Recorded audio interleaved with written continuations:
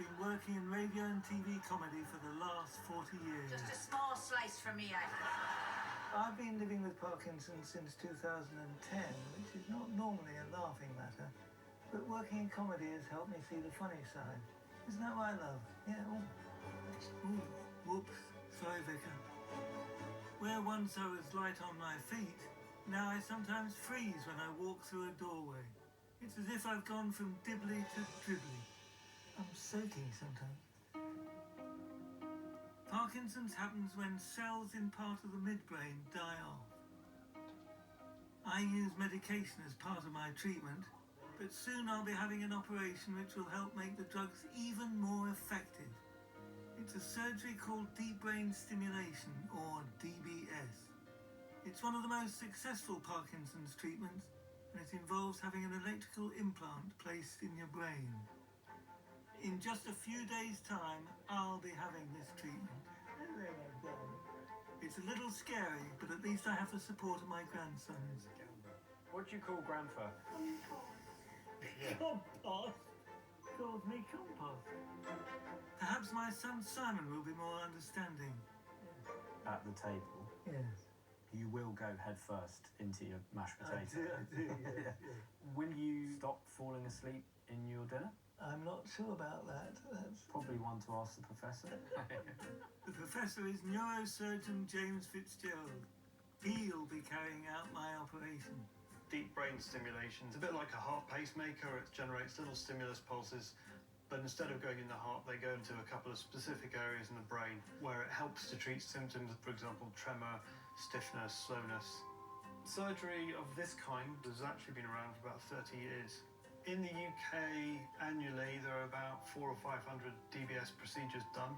So the immediate recovery from surgery is very quick, and usually home the next day. The brain itself can need a little bit of time to settle down, so we don't turn the system on for about 6 weeks. I know roughly what to expect during the operation, but what about life afterwards? My friend Gillian Lacey Solomar had deep brain stimulation treatment 4 years ago.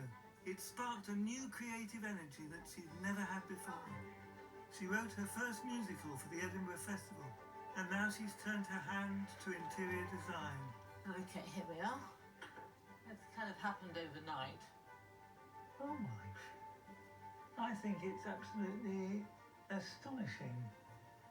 What I'm discovering about Parkinson's is that it's not the end of the world, but it's the start of interesting new worlds. It does seem to inspire people to do interesting, exciting, challenging things. So I'm just excited to know what I'll be driven to next. On the day before my operation, my wife Julie is concerned. Not just about the procedure, but also my timekeeping. We've got to get there at 7:30 in the morning. Well, he never gets out of bed till about 9 o'clock. But all too quickly the big day has arrived, and I do get there on time. We've made it. We've made it. We're here. There's no turning back now. Bye-bye. See you later.